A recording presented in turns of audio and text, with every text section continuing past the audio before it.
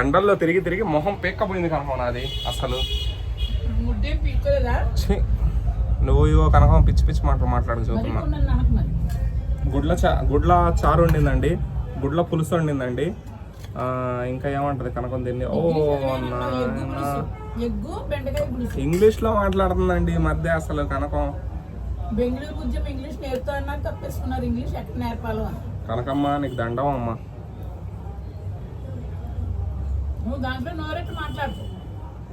గుడ్ల పులుసులో ఎగ్గు పులుసు ఓకేనా కనకం? ఎగ్గు పులుసు ఇది.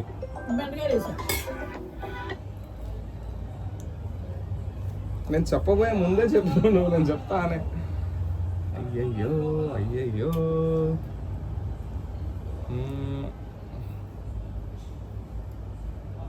గురుగారు ఒక్క 5 నిమిషాలు అక్కడ చేస్తా. ఆల్రెడీ అడిగినా నేను, వేరే వాళ్ళని కూడా కనుక్కుంటున్నా. ఒక్క 5 నిమిషాలు చేస్తా మీకు. ఏమండి, అన్నపూర్ణ స్టూడియో దగ్గర విగ్రహం పెట్టినామండి, రాకేష్ మాస్టర్ది, ఎన్టీ రామారావు గారిది. పెడితే అక్కడ పెట్టి ఒక 2 నెలలు అయిందనుకుంటా. అంటే జూనియర్ ఆర్టిస్టుల కోసం, పోరాటం కోసం, జూనియర్ ఆర్టిస్టులకు న్యాయం జరగాలని మొన్న పోరాటాలు జరిగినాయి కదా, దానికంటే ముందు మేము పోరాటం చేద్దామని ఎన్టీ రామారావు గారి విగ్రహంతో, రాకేష్ మాస్టర్ విగ్రహంతో పోరాడదామని విగ్రహాలు తీసుకొచ్చి అన్నపూర్ణ స్టూడియో ఎదురు పెట్టామండి. పెట్టిన తర్వాత కొన్ని రోజులకి ఆ ర్యాలీలు వాటికి వెళ్దామని చెప్పి అక్కడే విగ్రహాలు పెట్టేసినాం. ఆ తర్వాత ఇక వేరే యూనియన్ వాళ్ళు, వేరే వాళ్ళు పెద్ద మనుషులంతా పోరాటాలు చేసి మొన్న జూనియర్లకి, మా కనకం లాంటి జూనియర్లకి డబ్బులు కొంచెం ఒక 100 రూపాయలు 200 పెరిగేలా చేశారండి. కోపం వచ్చింది జూనియర్ అనగానే. జూనియర్ అంటే తక్కువేం కాదు, జూనియర్ అంటే గొప్ప విషయం. జూనియర్లు లేని సినిమానే నడవదు. సినిమాలో ఫ్రేమ్లో ఎక్కడ చూసినా మనుషులు ఉండాలి. ఆ మనుషులు జూనియర్లు, సీనియర్ ఆర్టిస్టులు అందరూ ఉంటేనే సినిమా అవుతుంది. అంటే మా కనకం లాంటి జూనియర్ అంటే నువ్వు జూనియర్వే కదా.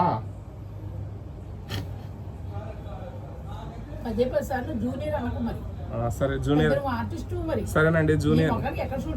కనకం జూనియర్ కదండి, ఆర్టిస్ట్ అండి. తన కార్డు నెంబర్ వచ్చేసి 724.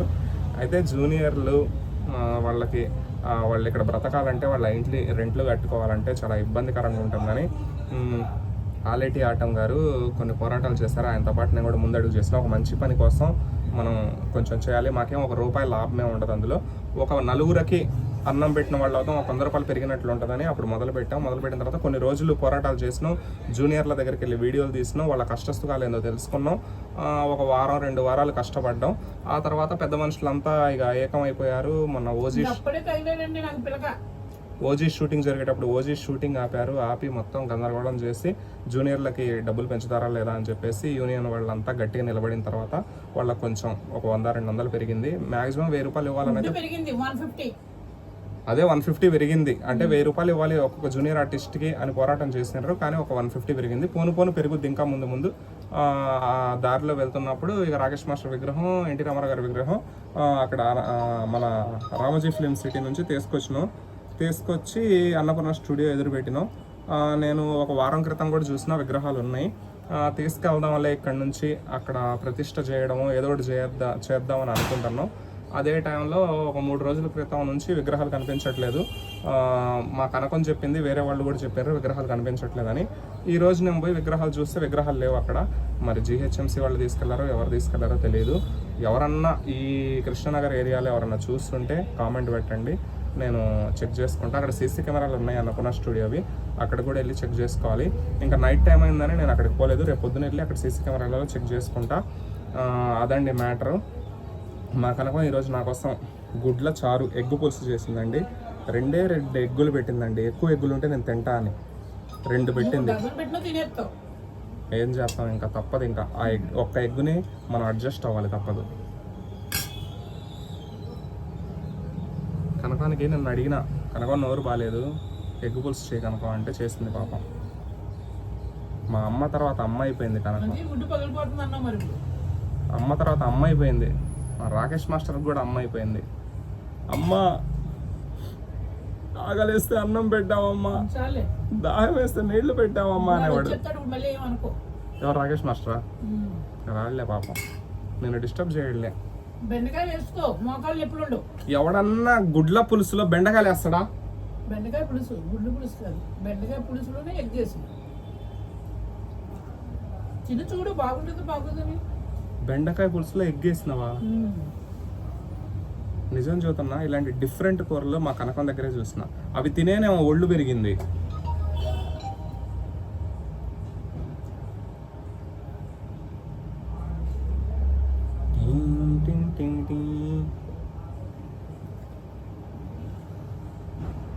కనకం కూర ఎలా ఉంది? బాగుందా?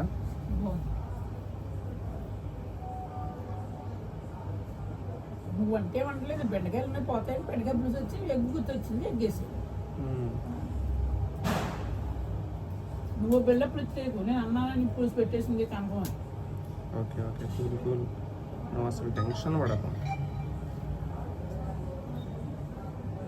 ఇలా బ్లౌజ్ మీద కూర సిందులు పడ్డాయి అని చెప్పడం లేదు, తీసేస్తున్నాడు వీడియో చెప్పా చేయకుండా. కనుకం అదొక స్టైలు, చా అదొక కలర్, డిఫరెంట్ కలర్.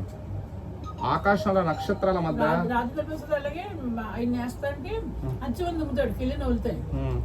అదే డిఫరెన్స్ వద్దు, మొత్తం బేలు బేలిపోతుందని వదిలేస్తారు బయటికి. మొత్తం అన్ని ఆ షర్ట్లే కొనేస్తారు అలాగా. అంతే మరి, అదొక స్టైలు. ఇప్పుడు ఆకాశంలో నక్షత్రాల మధ్యన చంద్రుడు ఎంత చక్కగా ఉంటాడు, ఎంత బాగా పోల్చావు. అట్లా నీ తెల్లని టీ షర్ట్ పైన ఒక నల్ల మచ్చ ఉంటే ఒక స్టైల్, అది కూడా డిఫరెంట్ స్టైల్. నీకు అర్థం కావట్లా? నాకు అర్థమైందమ్మా, నీ డైలాగ్ అర్థం అవ్వబోటు నాకు చాలా బాగా అర్థం. ఇదేందో పచ్చడి పెట్టింది ఈరోజు కనకం. కనకం వాళ్ళ ఫ్రెండ్, పచ్చడిగా కలుపు. మా కనకం వాళ్ళ ఫ్రెండ్ ఇచ్చిందంట, దుర్గా గారు. దుర్గా గారు థ్యాంక్ యూ అండి, కనకానికి షుగర్ తగ్గడం కోసం మీరు పచ్చడి పెట్టించారు. ఆ పచ్చడి తిని అసలు షుగరే లేకుండా పోవాలి మా కనకానికి.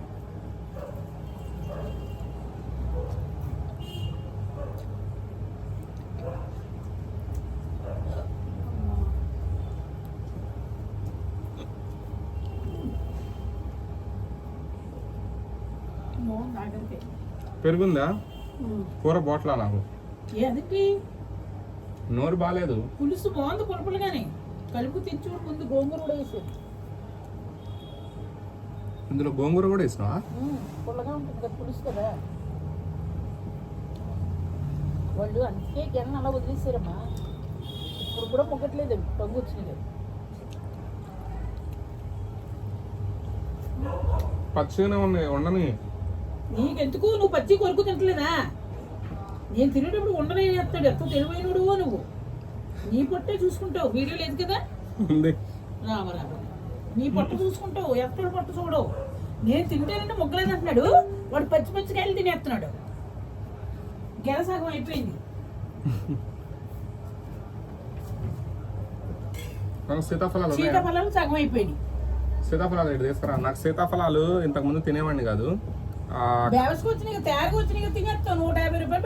కాదు కనుక తేరగా వచ్చినాయి అని తినట్లేదు నేను. ఆ సీతాఫలాలు టేస్ట్ బాగున్నాయి. మేము మా అమ్మమ్మ వాళ్ళ ఊరు నుంచి వచ్చేటప్పుడు దారిలో ఏదో ఊరు, అది చింతపల్లినో ఏదో ఊరు, ఆ ఊరు దగ్గర సీతాఫలాలు ఎంత సీతాఫలాలు అమ్ముతుంటారు. అక్కడ అడవుల నుంచి కోసుకొస్తుంటారు. ఆ సీతాఫలాలు కొన్నాం, ఎంత టేస్ట్ ఉన్నాయంటే అబ్బా భలే ఉన్నాయి. నేను నార్మల్గా సీతాఫలాలకి దీనికి చాలా డిఫరెంట్ ఉంది, ఎందుకో మరి. 150 రూపాయలు పెట్టుకున్నాడు, 20 కాయలు. టేస్ట్ డిఫరెంట్ లేదా? 15 కాయలు అంటే బాగున్నాయి, టేస్ట్ బాగున్నాయి కదా. టేస్ట్ భలే ఉన్నాయి. ఒక కాయ తిన్నా జస్ట్ తీసుకొని పండిందంటే, ఆ కాయ తినగానే అబ్బా. ఒకే కాయ తిన్నావా? గుడ్ల మీద చేసి చెప్పి అక్కడ పాపం కొట్టేసి కనుక నేను పూర్తిగా నేను చెప్పింది. నాటకం ఫస్ట్ ఒక కాయ తిన్నా అని చెప్తున్నా. ఫస్ట్ ఎక్కువ కాయలే తిన్నా, ఫస్ట్ ఒక కాయ తిన్నా. ఆ కాయ తింటే ఆ టేస్ట్ భలే ఉంది. తాళం వేసి తాళం చేసుకునండి, శుభ్రంగా మంచమే కూర్చొని తినేస్తున్నాడు. ఒక 5-6 కాయలు, అన్ని తుక్కులు ఉన్నాయండి అక్కడ. ఆ దృష్టి తగిలే ఆకలి కూడా పోయింది. అబ్బో నీకు. కానీ పాపం ఒక్క మాట కూడా అనలేదులేండి మా కనకం. తిన్నాయన అన్నది.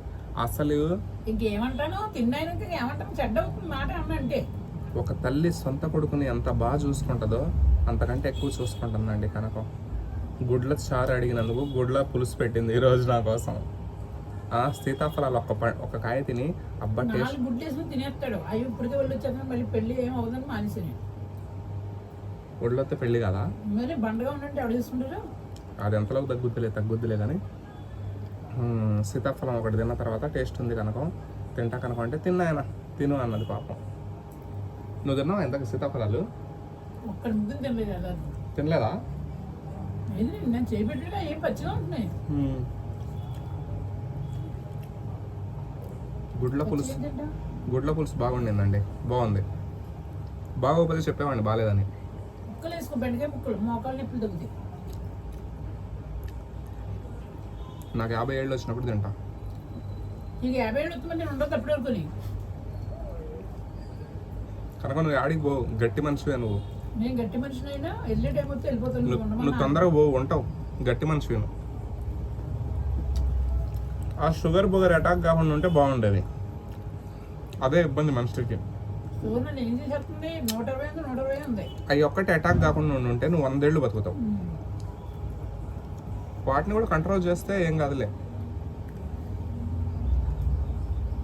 చాలా మంది షుగర్ ఉన్నదని మొత్తం అన్ని కంట్రోల్ చేసుకుంటున్నారండి. కంట్రోల్ చేసుకోకలేదు, వారానికి 4 రోజులు కొంచెం కొంచెం తినొచ్చండి. నాకు డాక్టర్ గారు కూడా చెప్పారు.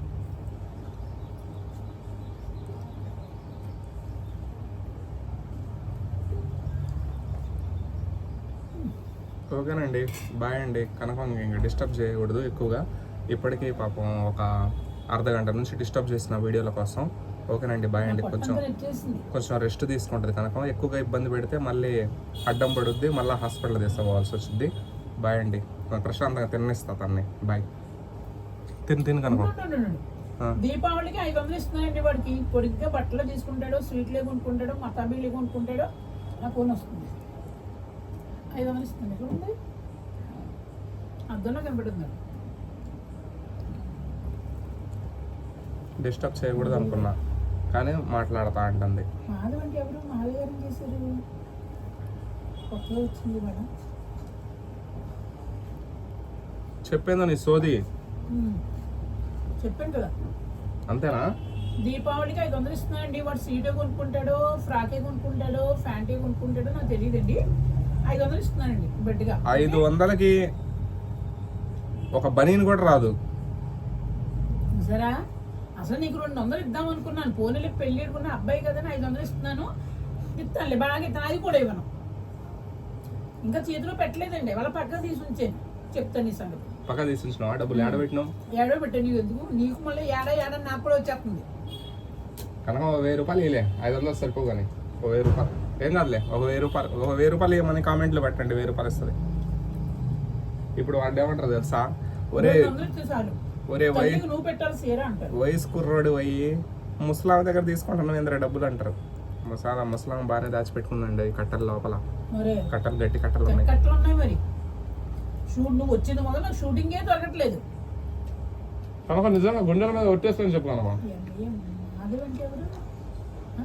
మాట్లాడి చూడు ఎవరో. మాధవ్ గారని మాట్లాడి చూడు. మాట్లాడతా మీకే చెప్తాను రా. మాధవి గారు అంటే ఎవరో ఉన్నారు. ఎవరితోనో మాట్లాడినట్టుంది.